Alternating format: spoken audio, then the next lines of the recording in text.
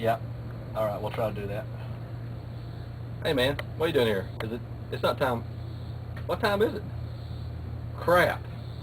It's time for the Bundy Factor. I'll see you just in a minute.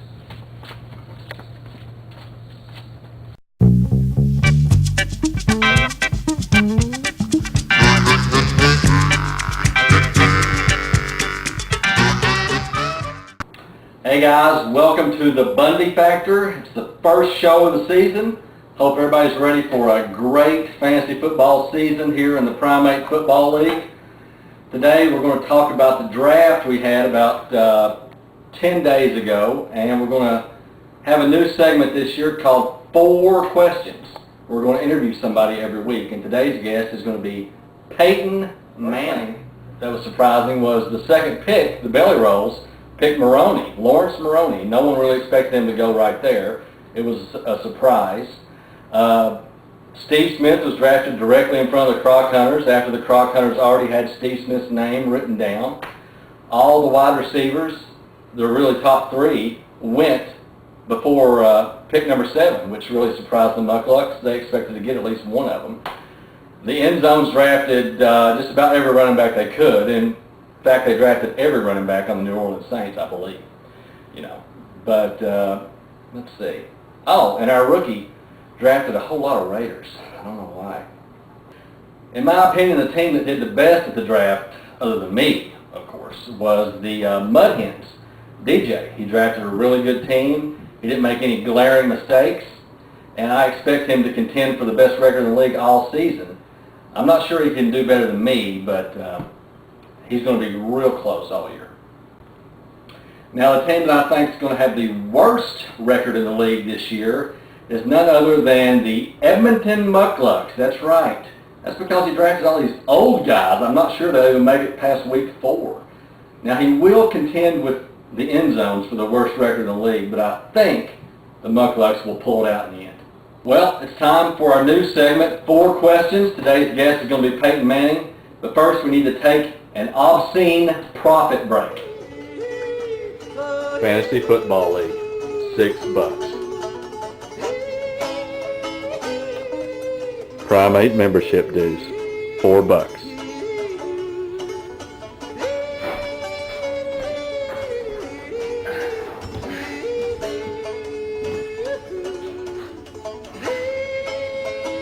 Being a primate, priceless. The PWO card, being a primate, has its privileges. Is that really our sponsor? We're on. Oh, sorry. It's time for our 4 Question segment. Today's guest is Peyton Manning. Hey Peyton, let me start off with my first question. I tell you, last season had to be disappointing for you. Start off 7-1 and then lose your last 5 and miss the playoffs. Peyton, can you and the Croc Hunters recover this year? Has been yes. We had great off-season attendance. Guys were working hard. Now we've lost a lot of players to free agency and guys that have moved on, some great players. So we have some young players that need to step up and step up in a hurry because our schedule is so tough, especially at the start. Hey, that brings up a pretty good point. Every off-season it seems like teams like the Boll Weevils get picked apart by the other teams in the league. That seems like it's happened to the Croc Hunters this past season. When you have a good team, that means other teams are going to want your players, and it hit us hard this offseason. But you have no choice. If you sit around and complain about it, feel sorry for yourself, then you'll never move on and get into the next season. So. All right, our next little bit here, I just want to let the viewers know, I know Peyton had to be a little bit disappointed because the Croc Hunters were trying to target Eli Manning in the draft. They wanted to reunite the 2 brothers back on the same team, but the Edmonton Mucklucks sort of just came in out of nowhere and drafted Eli. And that I know that's got to be disappointing to you, Peyton. After the draft was over, I and Mink, the Mucklucks owner, came up to visit you all, so that contract stuff could be worked out with the Mucklucks.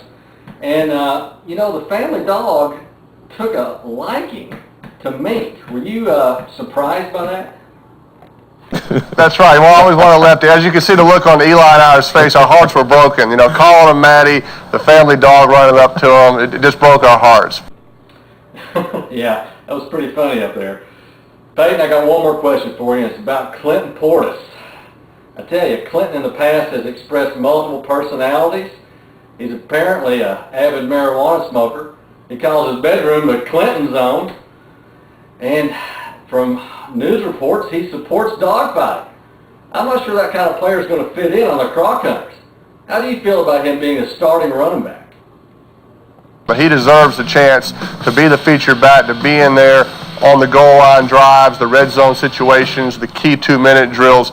He will be on the field, and I've been proud of him because he was here every day in the offseason. He's really tried to elevate his role in the passing game, running routes with the receivers, and so I think he's ready for a breakout year. Well, Peyton, thanks for joining us today. I'll see you on the field. Hey, thanks a lot. See you guys.